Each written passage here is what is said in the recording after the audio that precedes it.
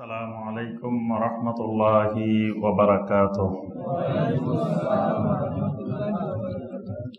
ওয়া জাআলনা আল-লাইলা ওয়ান-নাহারা আয়াতাইনি। আল্লাহ রাব্বুল আলামিন বলেন, আমি রাতকে এবং দিনকে দুটি আয়াত বানিয়ে দিয়েছি। রাত এবং দিন আমি আল্লাহর দুটি আয়াত, নিদর্শন। ফামাহাউনা আয়াতাল লাইলি, এরপরে আমি রাত্রের নিদর্শনের মধ্যে আলোকে আমি মুছিয়ে দিছি, আলোকে বিলুপ্ত করে দিছি, মানে সূর্যটাকে তোমাদের আড়াল করে দিছি, সূর্যটাকে তোমাদের থেকে আড়াল করে নিয়েছি, আরেকদিকে নিয়েছি, নিয়ে অন্ধকার বানাই দিছি রাতটাকে। ওয়াজআলনা আয়াতান নাহারে মুবসিরাতান, দিনের নিদর্শনটা বানিয়েছি, দিনকে আমি আলোকিত করে দিছি। দিনের মধ্যে সূর্যটা তোমাদের সামনে এনে দিছি, রাত্রে সূর্যটাকে তোমাদের থেকে দূরে সরাই দিছি। কি কারণে? লিতাবতাগু ফাদলাম মির রাব্বিকুম, যাতে তোমরা তোমাদের রবের অনুগ্রহ তালাশ করতে পারো। রবের অনুগ্রহটা কি? রিজিক। ফাদলাম মির রাব্বিকুম, তোমাদের রবের অনুগ্রহ। রবের অনুগ্রহ মানে রিজিক। রিজিক আমি আপনি শুধু চাইলেই পাওয়া যাবে না। রিজিক পাওয়ার অন্যতম মাধ্যম হলো আল্লাহ রাব্বুল আলামিনের অনুগ্রহ।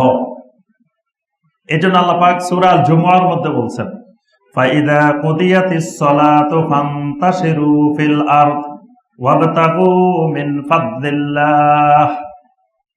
যখন সালাত জুমার নামাজ শেষ, তখন কি করবা? ফান্তাশিরু ফিল আরদে, জমিনের মধ্যে ছড়িয়ে পড়ো, জমিনে কাজে লেগে যাও। কাজে লেগে কি করবা? ওয়াবতাগু মিন ফাদলিল্লাহ, আল্লাহর অনুগ্রহ তালাশ করো, আল্লাহর অনুগ্রহ কামনা করো, অনুগ্রহ তালাশ করো। এই অনুগ্রহ মানে কি? রিজিক। মসজিদের ভিতরে থাকে আল্লাহর রহমত, বাহিরে থাকে রিজিক। মসজিদের ভিতরে রহমত, বাহিরে কি? এজন্য মসজিদে ঢোকার সময় কি দোয়া পড়বেন? খালি আল্লাহুম্মা আফতাহ আলী। মসজিদে ঢোকার দোয়াও শিখে নাই এখনো ভালো করে, কেমনে হইল? বিসমিল্লাহ ওয়াসসালাতু ওয়াসসালামু আলা রাসূলিল্লাহ আল্লাহুম্মা আফতাহ আলী আবওয়াবা রাহমাতিক। আল্লাহুম্মা আফতাহ আলী, আয় আল্লাহ আমার জন্য আপনি খুলে দেন। কি খুলে দিবেন? আবওয়াবা রাহমাতিক, আপনার রহমতের দরজাগুলো খুলে দেন। তাহলে মসজিদে ঢোকার সময় আল্লাহ আপনার রহমতের দরজাগুলো খোলা দেন, মানে এখানে আল্লাহর রহমতে ভরপুর। আমরা যে জায়গায় বসে আছি এটা আল্লাহর রহমতে ভরপুর, এটা রহমতের জায়গা। আর যখন মসজিদ থেকে আবার বের হইবেন তখন বিসমিল্লাহ ওয়াসসালাতু ওয়াসসালামু আলা রাসূলিল্লাহ আল্লাহুম্মা আফতাহ আলী। দুইটা দোয়া আছে, একটা হলো আল্লাহুম্মা ইন্নী আসআলুকা মিন ফাদলিক, আরেকটা হলো আল্লাহুম্মা আফতাহ আলী আবওয়াবা ফাদলিক। বুঝতে পারছেন? মানে ঢুকতে বলছেন আল্লাহুম্মা আফতাহ আলী আবওয়াবা রাহমাতিক, বাইরেতে বলবেন আল্লাহুম্মা আফতাহ আলী আবওয়াবা ফাদলিক, আপনার অনুগ্রহের দরজাগুলা খুলে দেন আমার জন্য। আর আল্লাহুম্মা ইন্নী আসআলুকা মিন ফাদলিক অর্থ কয়টা? আল্লাহ আমি আপনার কাছে চাই, মিন ফাদলিক আপনার অনুগ্রহ কামনা করি, আপনার অনুগ্রহ চাই। তাহলে অনুগ্রহ কেন? মানে বাহিরে আল্লাহ রাব্বুল আলামিন রিজিক রাখছেন, ওই রিজিকে আল্লাহ রাব্বুল আলামিনের অনুগ্রহ লাগবে। এখানে আল্লাহ পাক বলছেন লিতাবতাগু ফাদলাম মির রাব্বিকুম, এই রাত্রিকে আমি এরকম অন্ধকার বানিয়েছি, আলোহীন করে দিয়েছি, দিনকে আলোময় করে দিয়েছি। লিতাবতাগু ফাদলাম মির রাব্বিকুম, যাতে তোমাদের রিজিক অন্বেষণ করতে সুবিধা হয়। যদি 24 ঘন্টা রাত থাকতো তাও আমাদের অনেক কষ্ট হইতো, আবার যদি 24 ঘন্টা দিন হইতো তাও আমাদের কষ্ট হইতো। ওয়ালিতাআলামু আদাদাস সিনিনা ওয়াল হিসাব, যাতে তোমরা বৎসরের গণনা, হিসাবের গণনা তোমাদের সুবিধা হয়, যাতে এই দিন রাত্রির এই পরিবর্তনের মাধ্যমে তোমাদের হিসাব গণনা, তোমাদের সাল গণনা, বছর গণনা, তারিখ গণনা, এটাও যাতে তোমাদের জন্য সুবিধা হয়, এই জন্য আমি তোমাদের জন্য এরকম রাত এবং দিন করে দিছি। ওয়া কুল্লা শাইইন ফাসসালনাহু তাফসীলা, এইভাবে আমি প্রত্যেকটি জিনিসকে পৃথক পৃথক করে দিছি। সুবহানাল্লাহ। তোমাদের জন্য আমি প্রত্যেকটি জিনিসকে আলাদা করে বিস্তারিত বিশদভাবে আমি আল্লাহ বর্ণনা করে দিছি। ওয়া কুল্লা ইনসানিন আলজামনাহু তাইরাহু ফি উনুকিহি, প্রত্যেক মানুষ তাদের জন্য তাদের ভাগ্য, তাদের ভালো খারাপ সব কিছুকে তার গলার সাথে আমি ঝুলাই রেখেছি। প্রত্যেক মানুষের ভালো মন্দ, তার তাইরাহু মানে শুভ অশুভ, ভালো মন্দ, এই সব কিছু ফি উনুকিহি, তার গাড়ের কাছে, গলার কাছে, গর্দানের কাছে আমি ঝুলাই রেখেছি, গর্দানের কাছে রেখে দিছি। কিভাবে রেখে দিছেন? গর্দানের কাছে কেমনে রাখছেন বলেন তো দেখি। আমার আপনার ভালো মন্দ সব আমার আপনার গর্দানের কাছে, গাড়ের কাছে আছে। গাড়ের কাছে মানে এই দিকে কেরামান কাতিবিন ইয়ালামুনা মা তাফআলুন, সম্মানিত ফেরেশতারা ভালো মন্দ সব লিখতেছেন, এখানে আছেন। আবার আবার আপনার তাকদির কোথায়? এটাও বারের কাছে, বেশি দূরে না। অর্থাৎ আল্লাহ পাক ফি উনুকিহি বলে এই দিকে, এই জায়গাটাই বুঝেছেন, মানে এর কাছাকাছি তোমাদের সবকিছু আছে। তোমাদের ভালো মন্দের যা কিছু, খাইরিহি ওয়া শাররিহি, তোমার কল্যাণের অকল্যাণের সবকিছু তোমার এখানেই আছে, তোমার পাশেই আছে। ওয়া নুখরিজু লাহু ইয়াওমাল কিয়ামাতি কিতাবান ইয়ালকাহু মানশুরা, আর তার জন্য কিয়ামতের দিন আমি একটা কিতাব বের করে দিব। সুবহানাল্লাহ।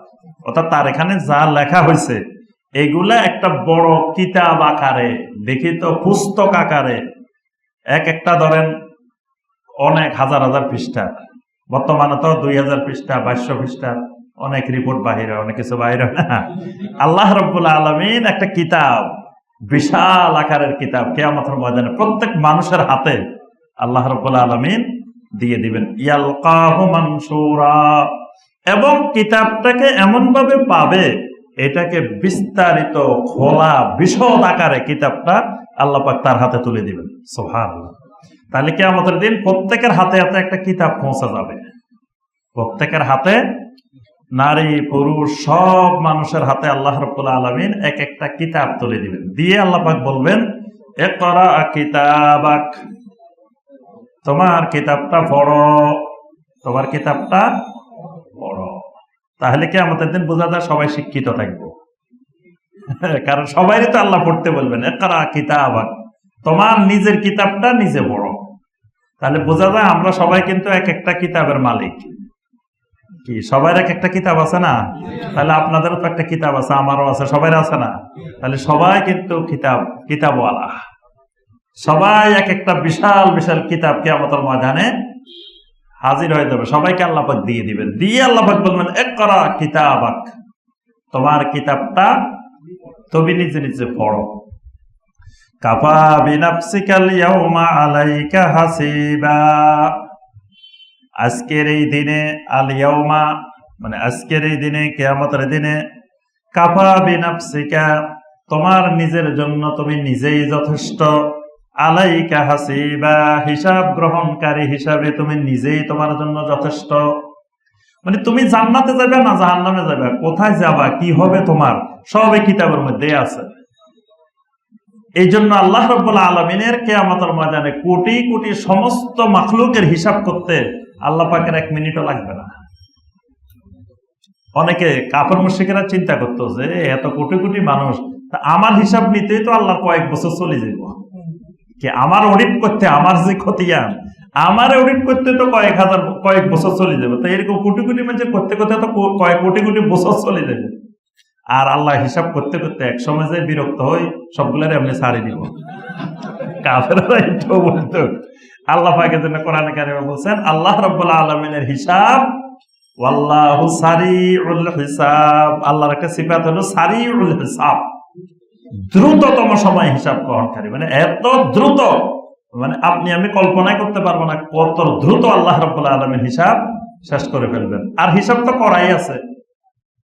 এই জন্য আল্লাহ পাক বলবেন, কাফা বিনাফসিকাল ইয়াউমা আলাইকা হাসিবা, আজকের দিনে তোমার হিসাবের জন্য আমি আল্লাহ লাগবে না, তোমার যে কিতাব দিছি এই কিতাবের ভিতরেই তোমার হিসাব সব আছে। তোমার নিজের হিসাব তুমি নিজে করার জন্য আজকে যথেষ্ট, আর কেউ দরকার নেই। মান ইহতাদা ফাইন্নামা ইয়াহতাদি লিনাফসিহি, যে ব্যক্তি হেদায়েতের রাস্তা কামনা করে, যে ব্যক্তি হেদায়েতের পথে চলে, ফাইন্নামা ইয়াহতাদি লিনাফসিহি, এই হেদায়েত তার নিজের কল্যাণের জন্য। মানে আমি যদি হেদায়েতের পথে চলি, সঠিক পথে চলি, এটা আমার জন্য, আমার লাভ, আমার উপকার। এজন্য আল্লাহ পাক বলছেন, যেই হেদায়েতের পথে চলতে চায়, ফাইন্নামা ইয়াহতাদি লিনাফসিহি, এটা তার নিজের জন্যই সে হেদায়েতের উপরে চলবে, আমার আপনার আরেকজনের জন্য না। মানে আমি অনেক আমল করি, অনেক ইবাদত করি, এটা দিয়ে আপনার কি লাভ? আপনার কোনো লাভ আছে? যদি বলতে এই শোনো আমাদের হুজুর সারা রাত তাহাজ্জুদ পড়ে, আরে এই আমল করে, এই আমল করে, ভালো কথা হুজুরি করে, তো তোমার কি লাভ? কি বলেন? আমি সারা রাত নামাজ পড়লাম, আমি অনেক স্টাডি করলাম, অনেকক্ষণ তাফসির পড়লাম, কোরআন তালাওয়াত করলাম, অনেক আমল করলাম, তা আপনার কি লাভ? কোনো লাভ আছে? কোনো লাভ নাই। কিন্তু মানুষের আরেক বদ অভ্যাস, আমার আমলের উপরে আরেকজন নির্ভর করে বসে থাকে। আমাদের হুজুর এত আমল, মনে করে যে হুজুরের আমল দিয়ে সে জান্নাতে চলে যাবে, এজন্য হুজুর ধরে বসে দিছে, তার আশা যে আমার আমল দিয়ে সে জান্নাতে চলে যাবে। এটা হলো সবচেয়ে বড় জাহালত মানুষের মধ্যে। এই জন্য যিনি আমল করবেন, যিনি হেদায়েতের উপরে চলবেন, এটা তার নিজের কল্যাণ, আরেকজনের কিচ্ছু না এটাতে। এই জন্য আল্লাহ পাক বলছেন, মান ইহতাদা ফাইন্নামা ইয়াহতাদি লিনাফসিহি, যে ব্যক্তি হেদায়েতের উপর চলে, হেদায়েত কামনা করে, এটা তার নিজের জন্য কল্যাণকর। ওয়া মান দাল্লা ফাইন্নামা ইয়াদিল্লু আলাইহা, যে ব্যক্তি হেদায়েত থেকে বিচ্যুত হয়, যে ব্যক্তি গোমরাহ হয়ে যায়, এই গোমরাহি তার নিজের জন্য ক্ষতিকর, এই গোমরাহির ফলাফল তার উপরেই বর্তাবে। মানে এই গোমরাহির জন্য সে নিজেই দায়ী। আমি যদি কই যে আপনার আকীদা খারাপ হয়ে গেছে, আপনার এটা হয়ে গেছে, এটা তো আমার ক্ষতি কি? আমার কোনো ক্ষতি আছে? আপনি খারাপ হয়ে গেছেন, এটার জন্য আপনি দায়ী। আপনি কেন খারাপ হয়েছেন এটা তো আমাকে জবাবদিহি করা লাগবে না। এজন্য অনেকেই দেখা যায় যে মানে ভিন্ন মতের বা ভিন্ন আকীদার, ভিন্ন চিন্তার মানুষকে বলতে গেলে গালিগালাজ করে, খারাপ ব্যবহার করে। খারাপ ব্যবহার করার আমার দরকারটা কি? হে খারাপ হয়েছে, আমার অসুবিধে কি? আর আকীদা নষ্ট হয়েছে, আমার অসুবিধে কি? তার আকীদা নষ্টের কারণে কি আল্লাহ আমাকে ধরবে? আমাকে ধরবে না। তার আকীদা নষ্ট হয়েছে, তার জবাব সে দিবে। আমার করণীয় হলো সুন্দর ভাষায়, কোমল ভাষায়, অত্যন্ত সুন্দরভাবে তাকে ভুল থাকলে ভুলটা জানাই দেওয়া, ধরাই দেওয়া। তাকে খারাপ ভাষাও ব্যবহার করা দরকার নাই, গালিগালাজও দরকার নাই, কিচ্ছু দরকার নেই। কারণ তার খারাপের জবাব, তার আকীদা খারাপ, তার এটা আল্লাহর কাছে সেই জবাব দিব, সেই জানে, আল্লাহ জানে। আমার কি? এই জন্য আমাকে এত বেশি এমন মানে হওয়া যাবে না যে সব মানুষকে আমি হেদায়েত করে ফেলবো, সব মানুষের আকীদা সংশোধন করে ফেলবো, সব মানুষকে ঠিক করে ফেলবো, এরকম হওয়া যাবে না। এই জন্য আল্লাহ পাক বলছেন, কেউ যদি গোমরাহ হয়ে যায়, তো এই গোমরাহি তার নিজের দায় দায়িত্বে, এটা আমার আপনার কিচ্ছু না। তবে আমার আপনার কর্তব্য হলো তাকে গোমরাহি থেকে ফিরানোর জন্য যেভাবে চেষ্টা করা দরকার ততটুকু চেষ্টা করা। এরপরে না আসলে সেটা তার ব্যাপার।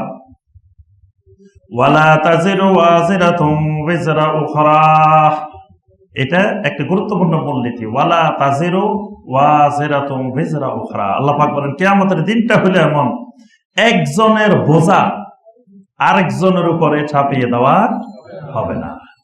আমার ভালো কাজের বোঝাও আপনার উপরে চাপানো হবে না, আপনার খারাপ কাজের বোঝাও আমার উপরে চাপানো হবে না। আপনি খারাপ কাজ করছেন, এটার দায় দায়িত্ব আপনার। আপনি ভালো কাজ করছেন, এটার দায় দায়িত্ব আপনার। তাহলে একজনেরটা আল্লাহ রাব্বুল আলামিন আরেকজনের উপরে চাপিয়ে দিবেন না। তবে এই আয়াতে কারিমা, এই মূলনীতি দিয়ে আবার অনেকে বিকৃত ব্যাখ্যাও করে। বিকৃত ব্যাখ্যা কেমন? আল্লাহ রাব্বুল আলামিন একজনের উপরে একজনকে পৃথিবীতে দায়িত্বশীল বানাইছেন। যদি দায়িত্বশীল না বানাইতেন তো পৃথিবীতে শৃঙ্খলা, শান্তি, তারপরে এগুলো বজায় থাকতো না।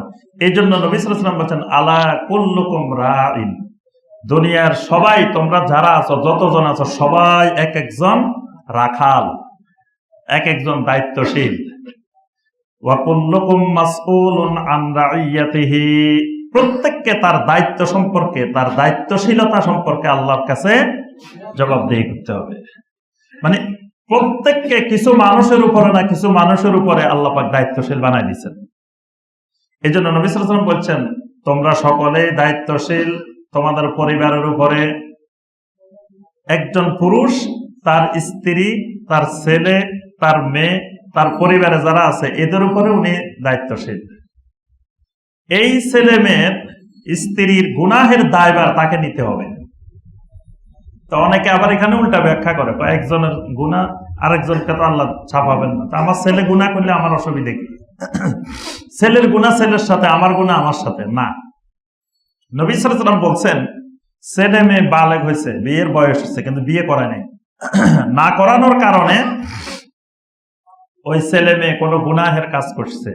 নবী সাল্লাল্লাহু আলাইহি ওয়াসাল্লাম বলেন, ফাইন্নামা ইসমুহু আলা আবিহি, এই ছেলে মেয়ে জেনার কারণে, ব্যভিচারের কারণে যে গুনাহ হয়েছে, এই গুনাহ তার বাপেরও হবে। এই গুনাহ তার বাপেরও হবে। এখন সে বাপে যদি কয় না আমি কি জানা করছি না, আমার ছেলে করছে, ছেলের গুনাহ আমার হইব কেন? যেহেতু ছেলের উপরে বাবাকে আল্লাহ রাব্বুল আলামিন দায়িত্বশীল বানাইছেন, অভিভাবক বানাইছেন, ওয়ালি বানাইছেন, এই জন্য তার দায়িত্ব পালনে অবহেলার কারণে তার গুনার দায়ভার তাকেও নিতে হবে। স্ত্রী পর্দা করে না, স্ত্রী নামাজ পড়ে না, স্ত্রী বেপর্দা মার্কেটে মার্কেটে ঘুরে বেড়ায়, স্ত্রী রাস্তাঘাটে খোলামেলা ঘুরে বেড়ায়, স্ত্রী সারাদিন সিরিয়াল নিয়ে বসে থাকে, টিভির সামনে সিরিয়াল নিয়ে বসে আছে, এটার সম্পূর্ণ দায়ভার স্বামীকেও নেওয়া লাগবে। এই স্বামীর নাম দাইয়ুস। এই স্বামীর নাম কি? দাইয়ুস। এই স্বামী যদি প্রথম কাতারেও নামাজ পড়ে, প্রথম সারিতে আসে, জামাতের সাথেও নামাজ পড়ে, তাও দাইয়ুস। এই স্বামী যদি হাজী সাহেব হয়, তাও কি দাইয়ুস। নবী সাল্লাল্লাহু আলাইহি ওয়াসাল্লাম বলেছেন, দাইয়ুস জান্নাতে যাবে না। যত ইবাদত বন্দেগী করুক, সে দাইয়ুস, দাইয়ুস জান্নাতে যাবে না। তাহলে এখানে তার স্ত্রীর দায়ভার তার উপরে আছে। যদি দায়ভার মুক্ত হইতে হয়, তাহলে স্ত্রী থেকে আলাদা হয়ে যাও, স্ত্রীকে তালাক দিয়ে দাও। ইসলাম তালাকের সিস্টেম রাখছেন, বিচ্ছেদ হয়ে যাও। স্ত্রী যদি বলে যে না না, আমি ইসলামের উপরে চলতে পারবো না, আমার এসব ছাড়া হবে না, আমি যে চলা চলতেছি এই চলার বাইরে আমি ইসলামের নীতিমালা অনুযায়ী চলতে পারবো না, না চলতে পারলে বাস তোমার হালে তুমি, আমার হালে আমি, কি বল? এই পন্থা না নিলে যখন আপনার অধীনে থেকে অন ইসলামী কাজ করবে, এটার জন্য আপনার দায়ভার নেওয়া লাগবেই। এই জন্য এই আয়াতে কারিমা দিয়ে সেখানে দলিল দেওয়া যাবে না। এটা হলো যার উপরে যার দায়িত্ব নেই। আমার উপরে আপনার দায়িত্ব নেই, আপনার উপরে আমার দায়িত্ব নেই, তাহলে আপনার বোঝা আমার উপরে আসবে না, আমার বোঝা আপনার উপরে যাবে না। আবার যারা ধরেন প্রশাসক, যারা পুরো দেশের দায়িত্বশীল, সমাজের দায়িত্বশীল, তাদেরকেও আল্লাহ রাব্বুল আলামিন তার অধীনস্থদের সম্পর্কে আল্লাহ জিজ্ঞাসা করবেন। তার দায়িত্বের আওতার মধ্যে যেটা ছিল সেটা যদি সে পালন না করে, আল্লাহ রাব্বুল আলামিনের কাছে জবাবদিহি করতে হবে। দেশের মানুষ জানা করছে, তাহলে এই জানার জবাবদিহিটা তাকেও করতে হবে, কারণ সে জানা বন্ধ করার জন্য কি ব্যবস্থা নিছে। আল্লাহ রাব্বুল আলামিন তো অনেকগুলো পন্থা দিছে জানা বন্ধ করার জন্য। জানা বন্ধ করার জন্য আপনি যদি সুটকি লটকায় রাখছেন, লটকায় রেখে বিড়ালকে ধরে ওয়াজ নসিহত করলেন, খবরদার এখানে সুটকি আছে, তুমি খাওয়া যাবে না, বিড়াল আমার ওয়াজ নসিহত শুনবে, তাহলে ওই সুটকিটাই দূরে রাখতে হবে যাতে বিড়ালে না পায়। ইসলাম এই ব্যবস্থা করেছে জানা বন্ধ করার জন্য, চলাফেরার ক্ষেত্রে শালীনতা, তারপরে আপনার পর্দা। এই যে কদিন আগে নরসিংদীতে আপনারা দেখছেন, নরসিংদী রেল স্টেশনে কি ঘটনা ঘটছে, যে একটা উশৃঙ্খল মেয়ে খোলামেলা সব খুলি রেখেছে, রেল স্টেশনে হাঁটতেছে, মানুষ দেখে দেখে বিভিন্ন কথাবার্তা বলতেছে। একজন ভদ্র মহিলা, ভালো মহিলা, তিনি এসে বলছেন যে আমারও তো মেয়ে আছে, তুমি এরকম করে চলাফেরা করো কেন? তাকে একটু সুন্দর করে দুই একটা কথা বলছে, এইটা বলা নাকি তার অপরাধ হয়ে গেছে, এবং তাকে ধরেও নিয়ে গেছে। হ্যাঁ, যে তাহলে এই যে উশৃঙ্খল চলাফেরা, ওইটাই তো মানুষকে দর্শনের প্রতি উদ্বুদ্ধ করে, জানার প্রতি উদ্বুদ্ধ করে। তাহলে ওইটা বন্ধ করা আগে দায়িত্ব। ইসলামের নীতিমালা হলো যে চোর যেন চুরি করতে না পারে, ছিদ্র বন্ধ করা, তারপরে সে অটোমেটিক আর চুরি করতে পারবে না। এই জন্য প্রত্যেক দায়িত্বশীল, যিনি যে পর্যায়ের দায়িত্বশীল, এই জন্য নবী সাল্লাল্লাহু আলাইহি ওয়াসাল্লাম বলছেন, মান রাআ মিনকুম মুনকারান ফালিয়ুগাইয়িরহু বিয়াদিহি, সমাজে কোনো মনকার কাজ হতে দেখলে, খারাপ কাজ হতে দেখলে, গুনাহের কাজ হতে দেখলে তুমি তোমার হাত দিয়ে প্রতিহত করো। তা হাত দিয়ে কারা করবে? মানে হাতের ক্ষমতা যাদের কাছে আছে, যাদের কাছে প্রশাসনিক ক্ষমতা আছে, তারা তার প্রশাসনিক ক্ষমতা দিয়ে অন্যায় কাজ, খারাপ কাজ বন্ধ করে দিবে। যদি সেটা না থাকে পাবে লেসানিহি, যাদের হাতে ওই ক্ষমতা নাই তারা লেসান দিয়ে, জবান দিয়ে বলবে যে এটা খারাপ কাজ, এটা বন্ধ করা দরকার। এবং যাদের কাছে কথাও বলার মতো ক্ষমতা নাই, তারা পাবে কালবিহি, তার অন্তর দিয়ে এই খারাপ কাজটাকে ঘৃণা করবে এবং কিভাবে খারাপ কাজটা বন্ধ করা যায় সেই প্রচেষ্টা চালাবে। নবী সাল্লাল্লাহু আলাইহি ওয়াসাল্লাম বলেন, আল্লাহর দিন বিরোধী কোন হারাম কাজ, খারাপ কাজ, শিরিক, বেদাত দেখার পরেও যদি তার অন্তরেও কোনো পরিকল্পনা না আসে, বুঝতে হবে তার ভিতরে কোনো ঈমান নাই। অন্তরে যদি একটু চিন্তা ভাবনা ফিকির আসে, বুঝতে হবে যালিকা আদাফুল ঈমান, ঈমান আছে তবে খুব দুর্বল অবস্থায় আছে। যদি এই অন্তরে চিন্তাও না আসে, বুঝতে হবে তার ঈমানেই নাই। এখানে আল্লাহ সুবহানাহু ওয়া তাআলা বলছেন, ওয়ালা তাজিরু ওয়াজিরাতুম বিজরা উখরা, তোমাদের একজনের বোঝা একজনের দায়ভার আরেকজনের উপরে বর্তাবে না। ওয়ামা কুন্না মুআযযিবিনা হাত্তা নাবআসা রাসূলা, আর কোন জনপদের অধিবাসীকে, কোন এলাকার মানুষকে আমি ততক্ষণ পর্যন্ত আযাব দিই না, হাত্তা নাবআসা রাসূলা, যতক্ষণ না ওই জনপদে আমি রাসূল পাঠাই। আল্লাহ পাক এমন কোন জনপদ ধ্বংস করেন নাই যেই জনপদে আগে রাসূল পাঠান নাই। আগে আল্লাহ রাব্বুল আলামিন রাসূল পাঠাই দিয়েছেন, রাসূল গিয়ে তাদেরকে সতর্ক করছেন, তাওহীদের দাওয়াত দিয়েছেন। কিন্তু পরবর্তীতে যখন তারা তাওহীদের দাওয়াত মানে নাই, রাসূলের সাথে তারা বেয়াদবি করছে, খারাপ আচরণ করছে, তখনই আল্লাহ রাব্বুল আলামিন ওই জনপদের উপরে, ওই এলাকার উপরে আযাব নাযিল করছেন, গজব নাযিল করছেন। এবং কিয়ামতের দিন আল্লাহ রাব্বুল আলামিন ওই মানুষগুলাকেও শাস্তি দিবেন না যে মানুষগুলোর কাছে সঠিক দাওয়াত পৌঁছে না। ধরেন একজন পাহাড়ে জঙ্গলে, গভীর জঙ্গলে বসবাস করে, সে কোনোদিন তাওহীদও বুঝে নাই, সুন্নতও বুঝে নাই, কোন আমল দাওয়াতও সে পায় নাই, পাওয়ার সুযোগে হয় নাই। আল্লাহ রাব্বুল আলামিন তাকে ওইটার জন্য জবাবদিহি করবেন না। তবে তাকে অবশ্যই আল্লাহর আয়াত দেখে, চতুর্দিকে আল্লাহর আয়াত দেখে আল্লাহর প্রতি, তাওহীদের প্রতি তার বিশ্বাসী হওয়া লাগবে। কোন কোন মানুষকে আমাদের ময়দানে এই খালি তাওহীদে বিশ্বাসের কারণে মুক্তি পেয়ে যাবে, কারণ সে শরীয়ত তার কাছে পৌঁছে নাই। কোন আলেম বা কোন মুসলিম তার কাছে যাই কেমনে সালাত আদায় করবো, কি করবো, সে কিছুই জানে না, কিছুই পৌঁছে নাই। এই জন্য এই ক্ষেত্রে এই সূত্রটাও মনে রাখতে হবে যে আমাদের বাপ দাদা, পূর্বপুরুষ যারা চলে গেছেন, দেখা যায় বর্তমানে আমরা চিন্তা ফিকির করলে, গবেষণা করলে, যে তারা অনেক শিরিক করে চলে গেছে, অনেক বেদাত করে চলে গেছে। এখন আমরা যখন মানুষকে বলি যে ভাই এটা বেদাত, এটা শিরিক, মিয়া আমাদের বাপ দাদারা সবাই করে গেছে, ভুল করছে নাকি? ওই দিন একজন দেখলাম টেলিভিশনে জনসভার মধ্যে বলতেছে, আমাদের বাপ দাদারা সবাই মিলাদ পড়ে গেছে, মিলাদ পড়েছে, মিলাদ পড়াইছে, এখন অনেক আলেম বাহির হয়েছে, এরা কইতেছে মিলাদ বেদাত, এরা কইতেছে এটা বেদাত, এটা বেদাত, এগুলা করে। তাহলে আমাদের বাপ দাদা কি বেদাতই ছিল? একজন কমিউনিস্ট বলতেছে যে আমাদের বাপ দাদা কি বেদাতই ছিল। মানে মনে হচ্ছে উনি ইসলামের সুন্নতের এত পাগল, আব্বা মিলাদ পড়ছে, মিলাদ পড়াইছে, এখন আলেম বাহিরেছে, তারা বলতেছে বেদাত। দেখো সব বেদাত, তাহলে তারা কি বেদাতই ছিল? এই প্রশ্নটা ফেরাউনি প্রশ্ন, এই প্রশ্নটা হলো ফেরাউনি প্রশ্ন। ফেরাউন মুসা আলাইহিস সালামকে এই প্রশ্নটাই করছে। মুসা আলাইহিস সালাম দাওয়াত দেওয়ার পরে, সবকিছু শেষ করার পরে ফেরাউন কয়, শোনো, ফামা বালাল কুরুনিল উলা, আসল কথা বলো, আমাদের বাপ দাদারা তো কেউ তোমার দাওয়াত পায় নাই, তাহলে তারা, তুমি বলতেছো এগুলা শিরক, এগুলা কুফর, তো তারা তো সব শিরকের কুফরের উপরে গেছে, তাদের কি অবস্থা হবে ওইটা বলো। এটা দিয়ে ফেরাউন দুইটা মতলব, দুইটা উদ্দেশ্য রাখছে। একটা উদ্দেশ্য হলো এটা বললেই মুসা আলাইহিস সালাম বলবে যে এরা সব জাহান্নামে গেছে, তখন ফেরাউন পুরা জাতিকে খেপাই দিব যে দেখো তোমাদের বাপ দাদা সবাই জাহান্নামে পাঠাই দিছে মুসা। এটা হলো একটা খেপাই দেওয়ার বড় মাধ্যম, ফেরাউনি প্রশ্ন। আর দ্বিতীয় বিষয়, মুসা আলাইহিস সালাম যদি বলেন যে তারা ভুল করছেন, তারা ভুল পথে গেছেন, তো তাহলে আল্লাহ পাক এদেরকে সংশোধন করার জন্য কোনো ব্যবস্থা নিলেন না কেন? তোমার মতো মুসা আরো আসলো না কেন? আরো অনেক অনেক প্রশ্ন। কিন্তু মুসা আলাইহিস সালাম এত হিকমতের সাথে জবাব দিলেন। মুসা আলাইহিস সালাম বললেন যে তাদের আমল আল্লাহর কাছে পৌঁছে গেছে, তারা এবং আল্লাহর মধ্যে ফয়সালা হবে, সেটা নিয়ে আমাদের চিন্তা করার কোনো কারণ নাই। এই জন্য বাপদাদা নিয়ে, পূর্বপুরুষ নিয়ে চিন্তা করার কোন দরকার নেই। কারণ তাদের কাছে যদি ওই বিষয়টা যে শিরক, ওই বিষয়টা যে বেদাত, এটা জানার মতো কোনো আলেম তাদের কাছে পৌঁছে নাই। তারা জীবনেও জানতে পারে নাই যে এটা শিরক, এটা বেদাত। তারা এটা জানার কোনো সুযোগ তারা খুঁজে পায় নাই। তাহলে এটা করে তারা দুনিয়া থেকে গেলেও আল্লাহ রাব্বুল আলামিন তাদেরকে মাফ করে দিবেন না, কারণ তারা তো সুযোগ পায় নাই, জানতে পারে নাই। কিন্তু আমরা যারা জানতে পারছি, তারা যদি আবার তাদের দোহাই দিয়ে বলে থাকি যে না তারা করে গেছে, তারা করে গেছেন, তারা হয়তো ওইটা জানার সুযোগ পান নাই।